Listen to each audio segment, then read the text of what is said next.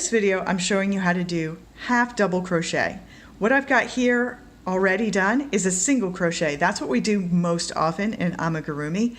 We don't use many other stitches except occasionally for decorative pieces or a very particular shape that we need to get, but they do come up every once in a while, so I want to show them to you. So this is a single crochet. It's the shortest of the crochet, like the rows are the shortest.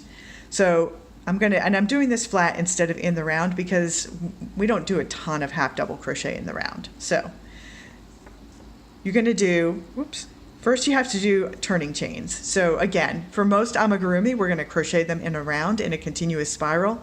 But if you're doing it in rows, you need to do some turning chains. Where you do only one turning chain for a single crochet, you do two for half double crochet because it's a taller stitch.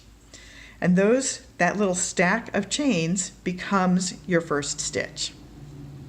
So the thing that makes half double crochet different from single crochet is that you are wrapping the yarn before you put it through the fabric. So wrap it, go through, wrap it again, grab it. When you come back, you've got 3 loops on your hook, and you're going to wrap it and pull through all 3.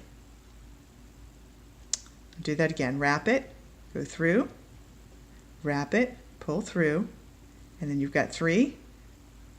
Wrap it and do all 3. Wrap it, go through, grab it, pull through, and then go through all 3. You're going to do just a couple more so you can compare the height.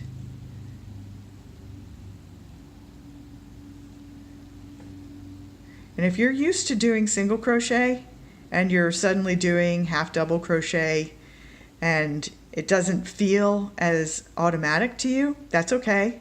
And one thing to be on the lookout for is if you forget to wrap it before you go through, you're going to end up with 2 loops on the hook instead of 3, and that's when you know, oh, I forgot to wrap it because I'm in single crochet mode.